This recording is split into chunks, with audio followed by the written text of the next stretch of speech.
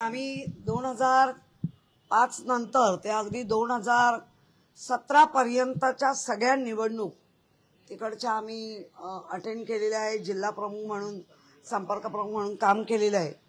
त्यामुळे मालवण, कणकवली, जो आमचा शांत शिस्तप्रिय असा कोकण 2005 पासून ते ढवळला गेला आणि तो हाय व्होल्टेज मतदारसंघ असा ओळखला गेला।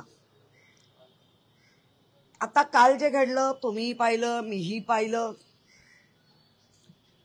निलेश राणे भाजपाच्या घरात घुसले,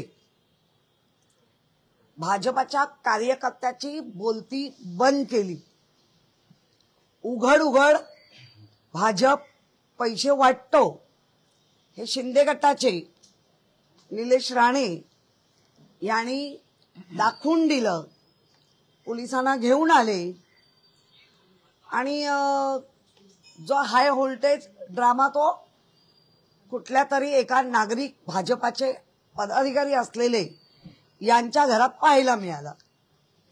आता तसं बघायला गेलं, एका बाजूनी म्हटलं तर चांगलं केलं, ऑन दी स्पॉट जो निर्णय असतो तो निलेश राणेंनी दिला। पण दुसऱ्या बाजूनी जर एक चांगले नागरिक म्हणून विचार केला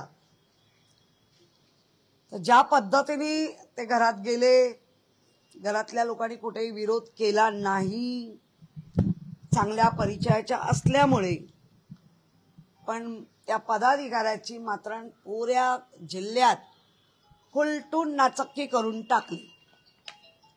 त्यामुळे या दोन लोकांच्या भांडणांमध्ये किंवा आरोपांवर महाराष्ट्राने आता पाहत राहायचंय किंवा तिथल्या मतदारांनी पक्ष सत्ताधारी आहेत।